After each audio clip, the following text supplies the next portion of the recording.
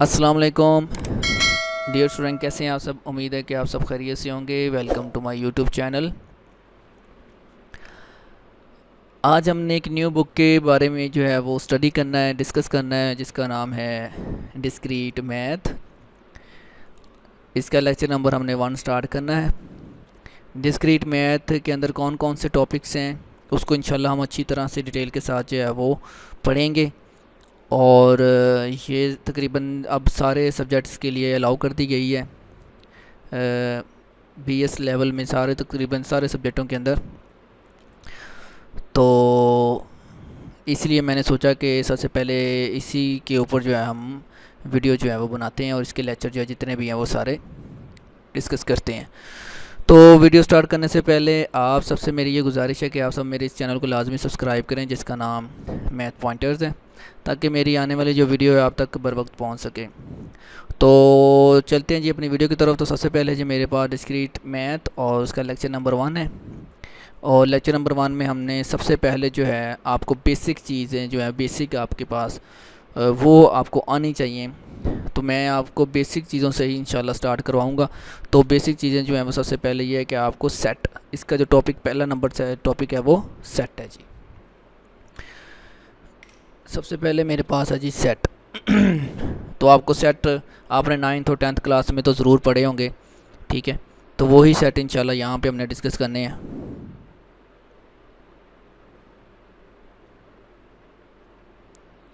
कि सेट क्या होता है जी।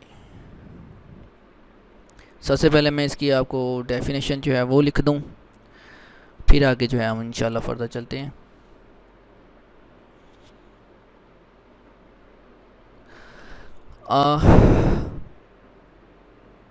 Well defined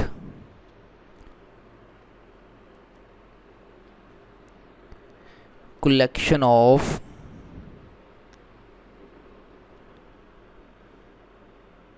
distinct objects is called sets।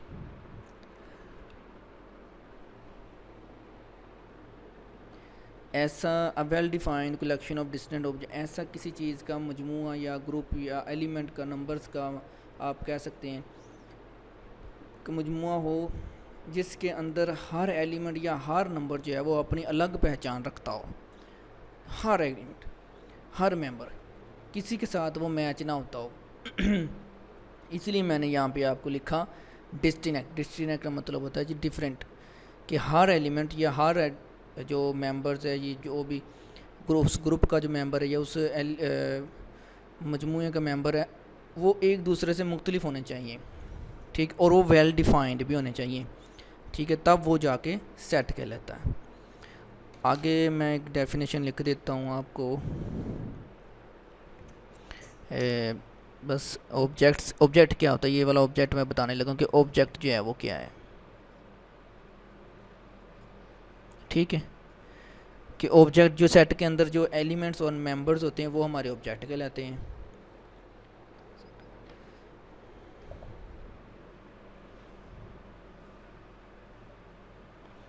The object in a set, the objects in a set are called members or elements, ठीक है जी। जो object मेरे पास सेट के अंदर जो ऑब्जेक्ट होंगे उनको हम मेंबर्स या एलिमेंट कह सकते हैं जी, ठीक है। अच्छा, अब आगे हैं मेरे पास इसके कुछ पॉइंट हैं, वो आप पॉइंट देख लें कि सेट के लिखने के हम कैसे लिखते हैं सेट को। सबसे पहला पॉइंट है जी number 1।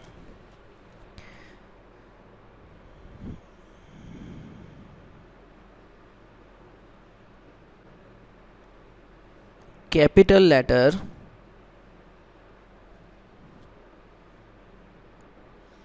A, B, C and so on, X, Y, Z, etc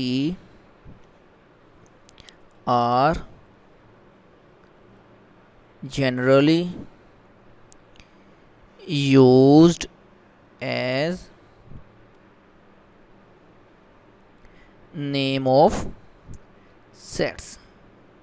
यानी कि हम सेट को कैपिटल हमेशा हमने कैपिटल वर्ड से कैपिटल लेटर से ज़ाहिर करना है जी सेट को, ठीक है। और उसके बाद ये दूसरा पॉइंट है मेरे पास,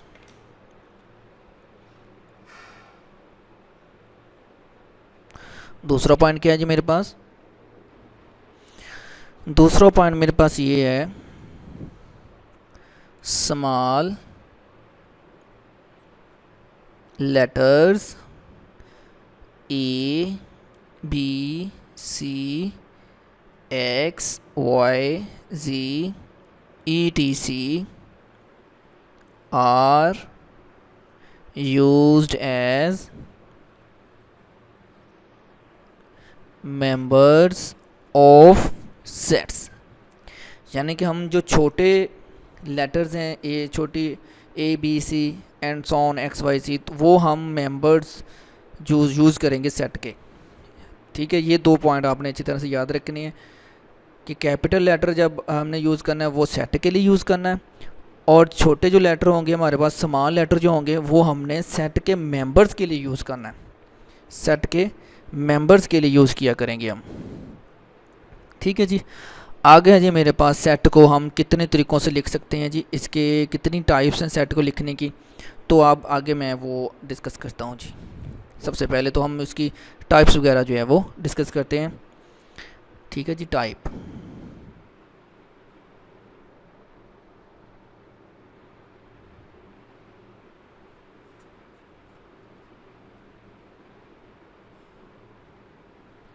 कि सेट की कितनी टाइप है। सेट को लिखने के तकरीब 3 मेथड्स हैं, यानी 3 टाइप्स हैं इसकी। कौन कौन सी, चलो देखते हैं जी।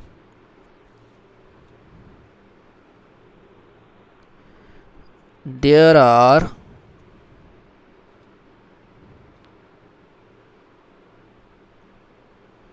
थ्री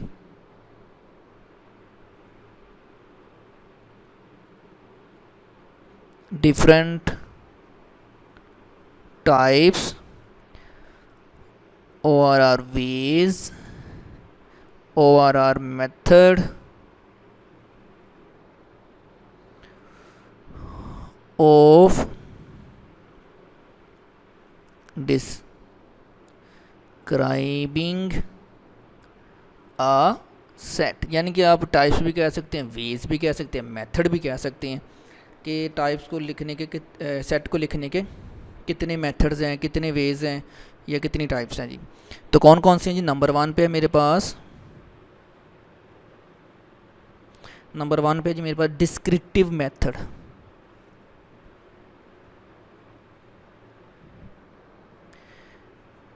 डिस्क्रिप्टिव मेथड नंबर 1 ये है मेरे पास। नंबर 2 क्या है जी मेरे पास, टेबुलर मेथड।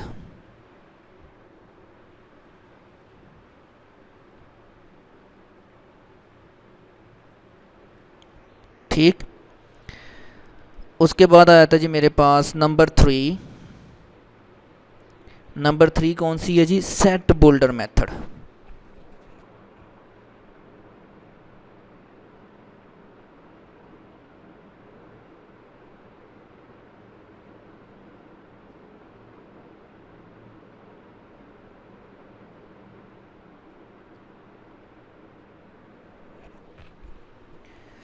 ठीक है जी। तो अब हम आगे इसको ना आगे फर्दर इनको डिस्क्राइब कर लेते हैं, इनकी डिटेल्स के डिस्क्रिप्टिव मेथड्स कौन सा होता है, टेबुलर मेथड कौन सा होता है, सेट बुल्डर मेथड कौन सा होता है। चलें जी, सबसे पहले जी मेरे पास नंबर 1 पे डिस्क्रिप्टिव मेथड।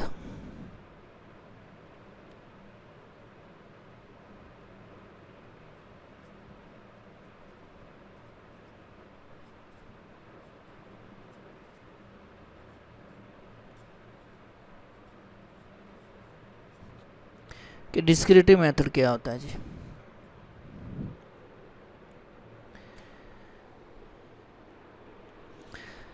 चलें जी, इसकी डेफिनेशन है जी, a set may be a set may be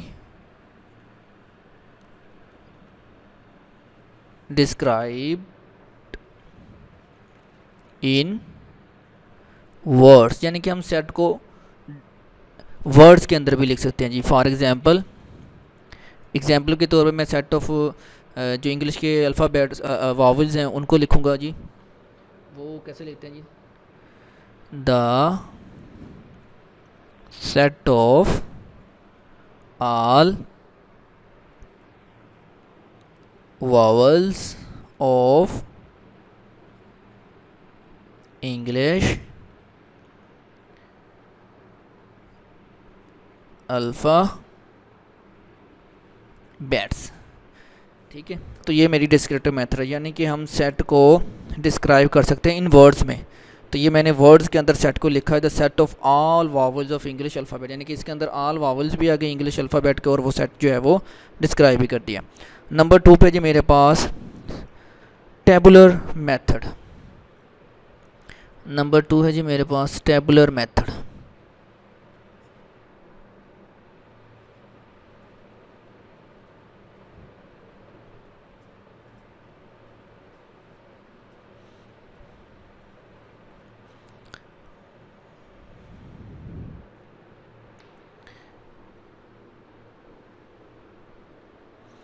हाँ जी, इसकी डेफिनेशन क्या है जी मेरे पास? A set may be described by listing its element within brackets। For example, तो एग्जाम्पल में मैं वही लिख देता हूँ जी, the set of all vowels of English belt alphabet. तो देखें, हमेशा हमने सेट को ए से ज़ाहिर करना है कैपिटल ए से। ठीक है, तो capital A E I O U, ये वावल्स मैंने लिखे इंग्लिश के सारे के सारे। ठीक है जी, ऐसा सेट या ऐसा मेथड जिसके एलिमेंट्स को सेट के एलिमेंट्स को हम ब्रैकेट्स के अंदर लिख सकें तरतीब के साथ, और ब्रैकेट कौन सी होनी चाहिए? करली ब्रैकेट होनी चाहिए। तो वो मेरे पास टेबुलर मेथड कहलाता है जी। ठीक है, आगे है मेरे पास जी सेट बुल्डर मेथड। नंबर 3 पे है जी set builder method.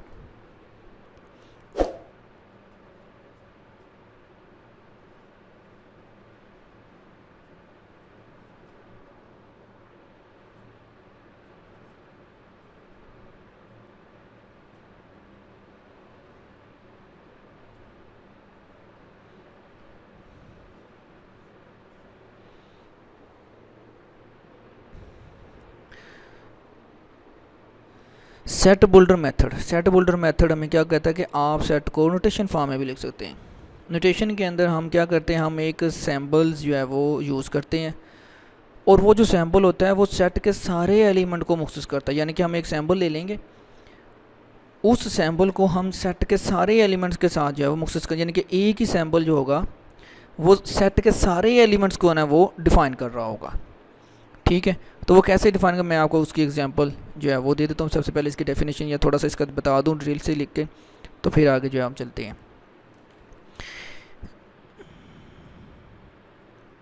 It is sometimes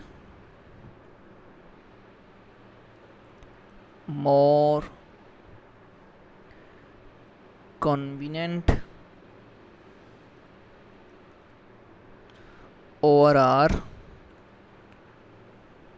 useful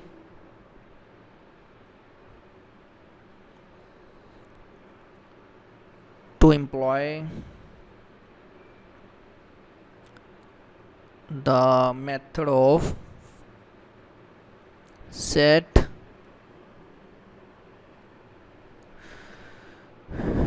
boulder notation is specifying sets.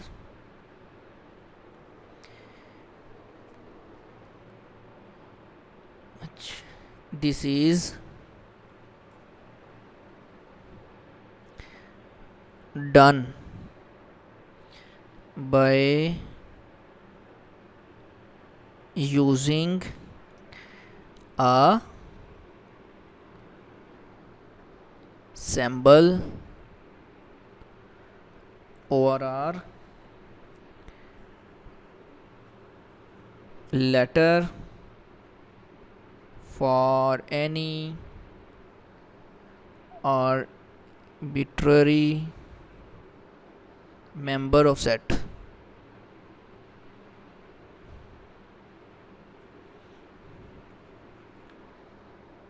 Of set and stating the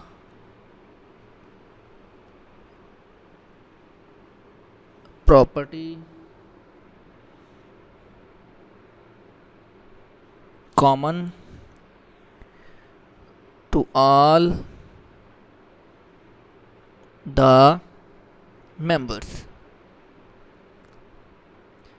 वही चीज़ जो मैंने आपको पहले बता दी है कि हम कोई सैम्पल या कोई आर्बिट्री नंबर जो है वो यूज़ करेंगे सारे एलिमेंट्स के को डिफ़ाइन करने के लिए। ठीक है, तो इसकी मैं एक आपको एग्जांपल दे देता हूँ। अब यही मैं इसी की एग्जांपल दे देता हूँ, ये set of all vowel English alphabet की। तो एग्जांपल होगी मेरे सेट की, किसी को ए कह देता हूँ जी। इसको कैसे लिखना है, मैंने यहाँ पे मैं इसको ऐसे लिखूँगा जी। कोई सेट मेरे पास ए है, कौन सा जी, यही वाला जो सेट ऑफ ऑल। इसको मैंने अब सैम्पल फॉर्मेटेशन फॉर्म में कैसे लिखना है, मैं कोई सैम्पल ले लेता हूँ जी एक्स। एक्स जो है वो सारे एलिमेंट्स को डिफ़ाइन कर रहा है, किसके, English vowel of English alphabet के। ठीक है, तो एक्स, जबकि x is a vowel of the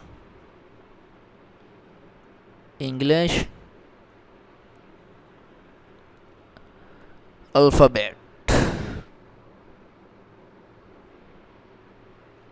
ठीक है जी, तो ये थी मेरी तीन टाइप्स या तीन मेथड, तीन वेज सेट को लिखने के तीन मेथड हैं। आपको तीनों में से कोई भी वो पूछ सकता है, किसी तरीके से भी पूछ सकता है, डिस्क्रिप्टिव मेथड से ही पूछ सकता है, टेबुलर मेथड से ही पूछ सकता है, और सेट बोल्डर मेथड से ही पूछ सकता है। ठीक है, टेबुलर मेथड में आप और भी एग्जांपल लिख सकते हैं, इज इक्वल टू 1 2 3 4 5। ठीक है, तो आपको ये तीनों मेथड जो हैं वो अच्छी तरह से आने चाहिए कि जी तीनों मेथड को हमने कैसे लिखना है। आगे हम चलते हैं जी, मेरे पास कुछ इम्पोर्टेंट सेट हैं जी, आपको उन सेट के बारे में पता होना चाहिए जी। ठीक है, बेसिक चीज़ें मैं अभी आपको समझा रहा हूँ, सिर्फ बेसिक। चलें जी, अब मेरे पास कुछ इम्पोर्टेंट सेट हैं जी, आपको इसका अच्छी तरह से पता होना चाहिए। तो मैं हेडिंग दे देता हूँ इसकी थोड़ी सी, यही some important sets.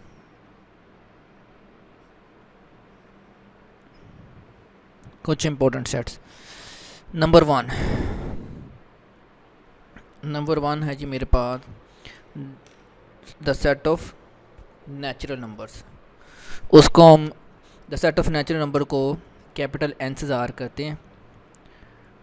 N, capital N is equal to the set of natural numbers.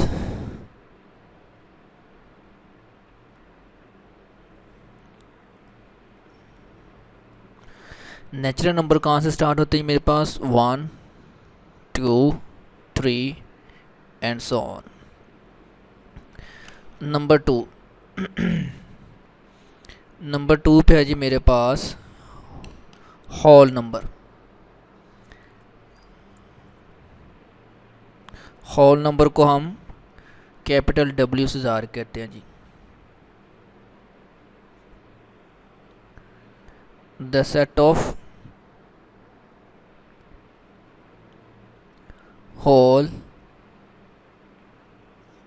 Numbers. Whole number कहाँ से स्टार्ट होते हैं मेरे पास? 0 1 2 3, यानी कि नेचुरल नंबर के अंदर अगर हम 0 ऐड कर दें तो वो होल नंबर बन जाएंगे। नंबर 3 पे है जी मेरे पास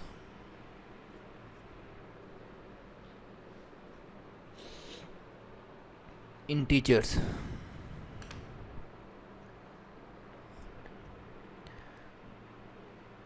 the set of all integers. Integer को क्या है, किससे ज़ाहिर करते हैं जी? कैपिटल जी से। और इंटीजर को कैसे लिखते हैं जी? 0 plus minus 1 plus minus 2 plus minus 3 and so on. इसको आप ऐसे भी लिख सकते हैं 0 प्लस 1 प्लस 2 प्लस 3 और पीछे से आ जाएगा -1 -2 एंड सो ऑन। ठीक। उसके बाद आ जाता है जी मेरे पास ऑड इंटीजर, या इवन इंटीजर भी है मेरे पास और ऑड इंटीजर भी हैं। The set of all even integer. चलो पहले इवन कर लें। The set of all even integers. ठीक। तो इवन इंटीजर को कैपिटल ई से। इवन इंटीजर में कौन कौन से आएंगे जी? 0 +2 +4। अब बाकी है जी मेरे पास odd integer. The set of all odd integers. Odd integer को कैपिटल ओ से ज़ाहिर करते हैं जी। +-1 +-3 +-5 एंड सो ऑन। उसके बाद आया था जी मेरे पास प्राइम नंबर्स।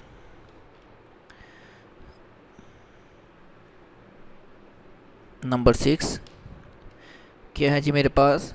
प्राइम नंबर है।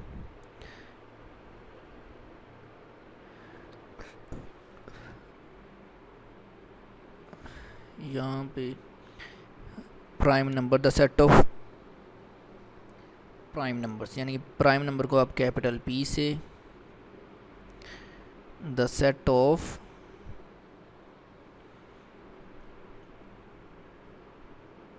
Prime numbers. तो प्राइम नंबर मेरे पास p is equal to 2 3 5, 7, 11 prime numbers वो जो सिर्फ अपने आप के ऊपर डिवाइड हो सकते हो और किसी के ऊपर नहीं। ठीक, उसके बाद आ जाते जी मेरे पास इसके बाद आ गया जी मेरे पास नंबर 7।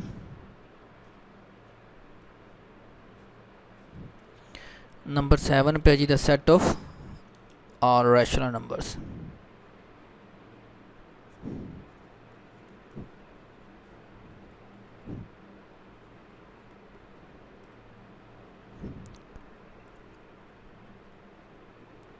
नंबर्स रैशनल नंबर को कैपिटल क्यू से ज़ाहिर करते हैं जी।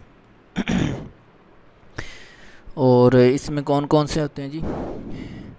x, जबकि x is equal to p बटा क्यू, वेयर पी क्यू जो है वो बिलोंग कर रहे हैं z को, and q not equal to 0।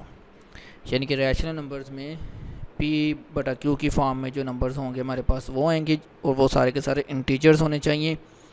ठीक, और q जो है वो नॉट इक्वल टू 0 होना चाहिए। इसके बाद आ जाता है जी मेरे पास the set of irrational numbers.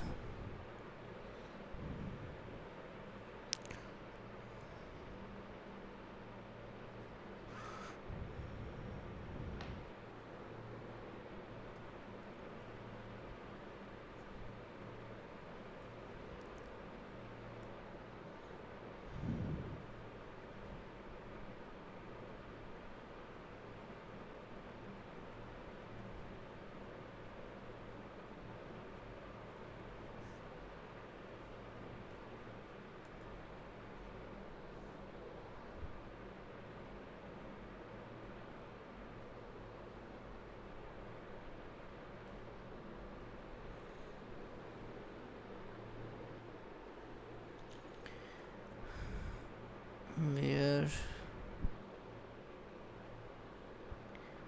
p q belong to c and q not equal to 0। अच्छा जी, ये है जी मेरे पास इर्रेशनल नंबर्स। इर्रेशनल नंबर को हम कैपिटल क्यू डैश से ज़ाहिर करते हैं। ठीक, इसमें ये होता है कि जी आपके पास जो x होगा वो p बटा क्यू की फॉर्म में नहीं होना चाहिए और जो q है वो नॉट इक्वल टू 0, p और q जो है वो इंटीजर होने चाहिए। ठीक है जी, उसके बाद एक रह गया जी मेरे पास, वो है जी नंबर 7, 8, 9। नंबर 9 है मेरे पास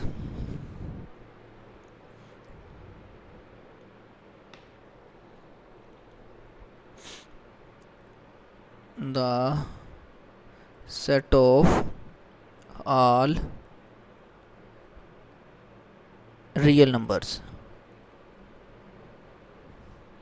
तो रियल नंबर को हम कैपिटल आर और इस तरह के सैम्पल से ज़ाहिर करते हैं और क्यू यूनियन उसके अंदर रैशनल नंबर और इर्रेशनल नंबर दोनों का यूनियन जो है वो यानी करके फिर वो रियल नंबर बनते हैं। ठीक है जी, इसके बाद एक और भी मेरे पास नंबर है, उस वो होता है जी कम्प्लेक्स नंबर। इंशाल्लाह वो जो है मैं जब हम कम्प्लेक्स की बुक स्टार्ट करेंगे तो उसके अंदर वो सारे के सारे कम्प्लेक्स नंबर और कम्प्लेक्स के बारे में जो है वो डिस्कस करेंगे। इन नंबर्स में सबसे बड़ा नंबर जो है वो कम्प्लेक्स नंबर ही है। ठीक है, अब आगे हम चलते हैं जी मज़ीद सेट की जो ऑपरेशन, सेट के जो ऑपरेशन हैं हम उसके ऊपर कि सेट के सॉल्व करने के लिए हम कौन कौन से ऑपरेशन जो हैं वो लगाते हैं।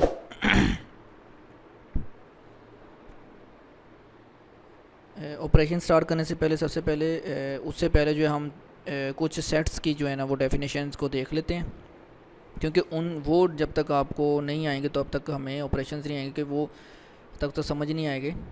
तो सबसे पहले जी मेरे पास है जी इक्वल सेट, यानी कि उसकी हम डेफिनेशन करेंगे। इक्वल सेट क्या होते हैं मेरे पास, सिंगलटन सेट क्या होते हैं जी, और ऑर्डर ऑफ अ सेट क्या होता है। तो कुछ इसकी छोटी छोटी जो डेफिनेशन वो पहले देख लें, फिर इंशाल्लाह जो है हम आगे ऑपरेशन की तरफ आएंगे उसके। कि पावर सेट, प्रॉपर सबसेट और इम्प्रॉपर सबसेट क्या होते हैं। तो सबसे पहले है जी मेरे पास, यहाँ पे इसको मैं कर देता हूँ जी, सबसे पहले जी मेरे पास equal set.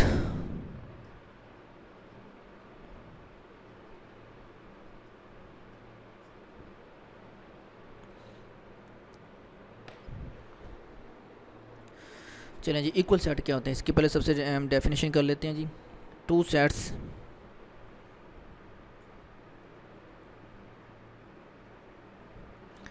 A and B are equal. Two set A and B are equal,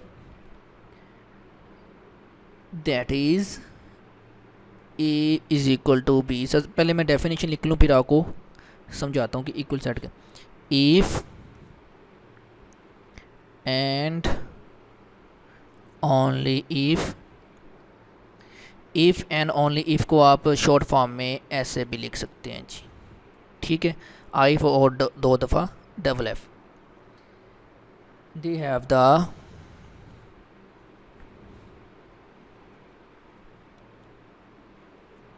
same elements,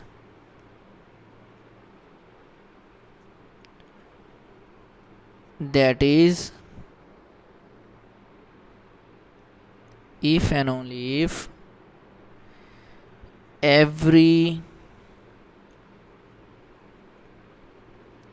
element of each set is an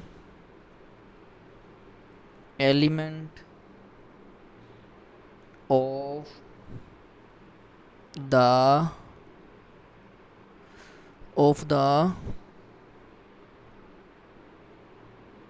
other set। ठीक, एक नोट है जी मेरे पास इसी के अंदर,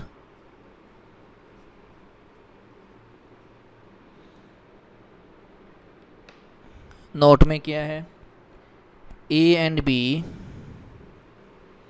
ए equal B if and only if they have the same element,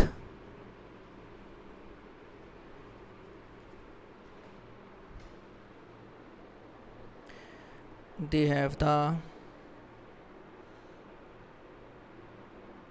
same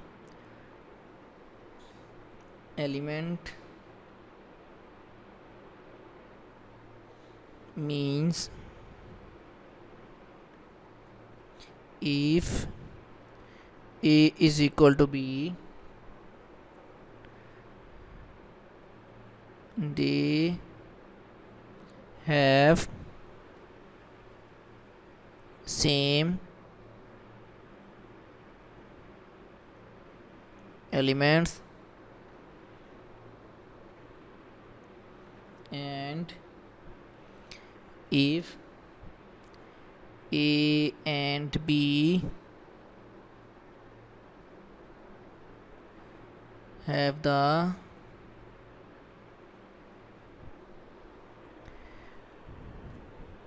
same element,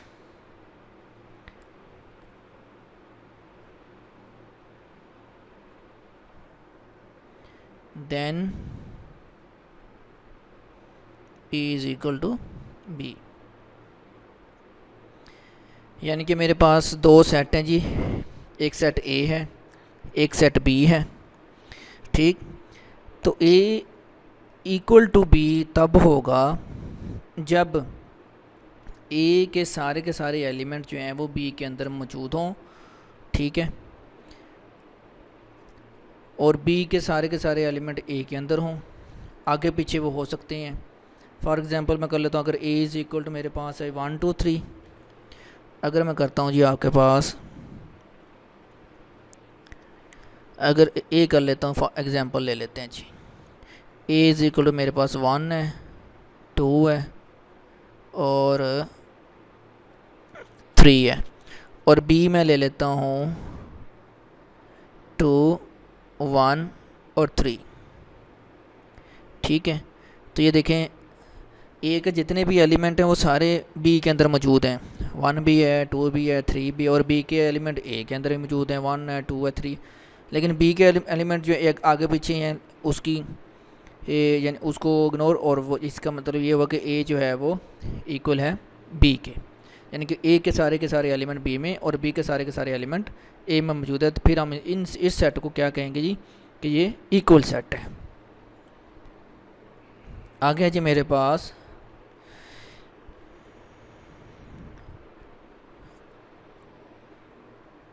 singleton set.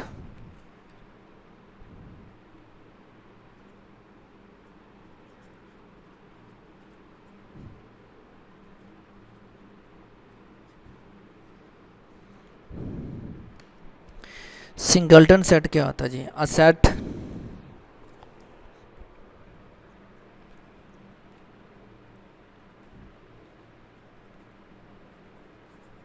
having only one element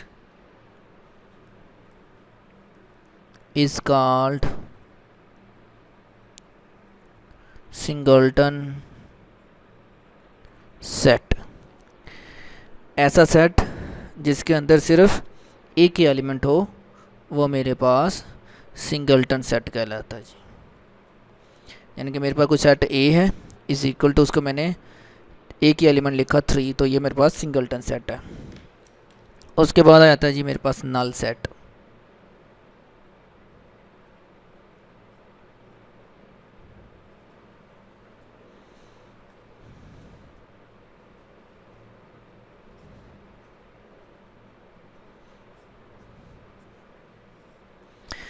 null set का मतलब होता है कि जी ऐसा सेट जिसके अंदर कोई भी एलिमेंट मौजूद ना हो।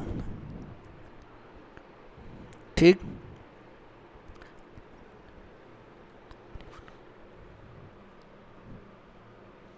a set with no element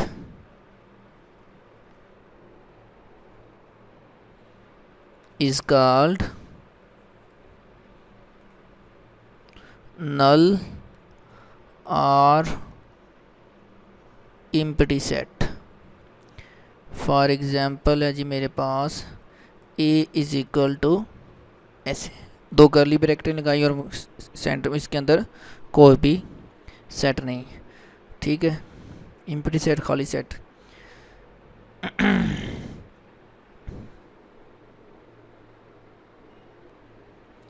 इसके बाद है जी मेरे पास equivalent set.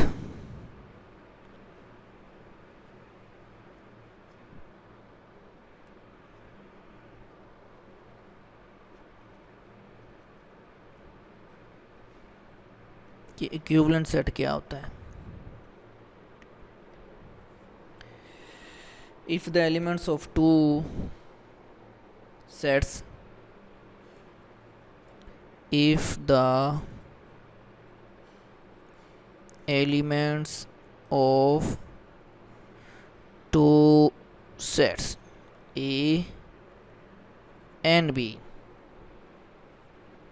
can be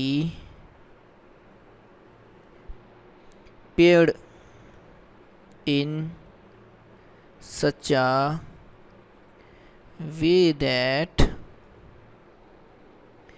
each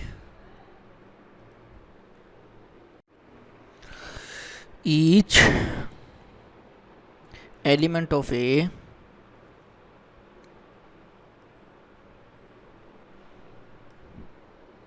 is paired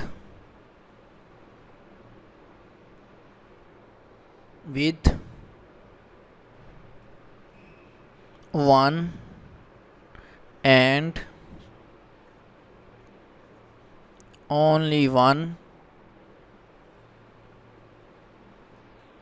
element of B and vice versa।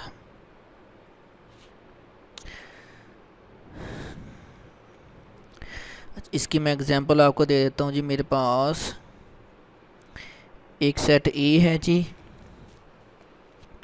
Bilal, Ali,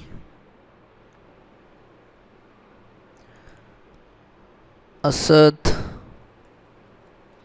और एक सेट मेरे पास है जी बी, उसके अंदर है जी फातिमा,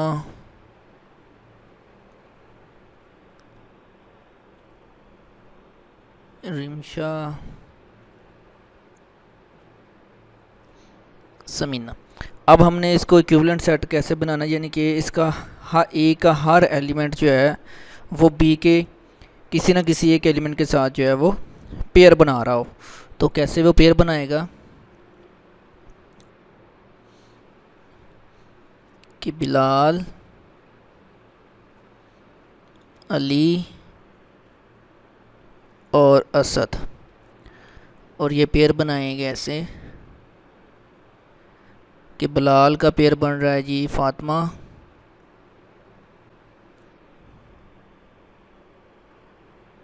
रिमशा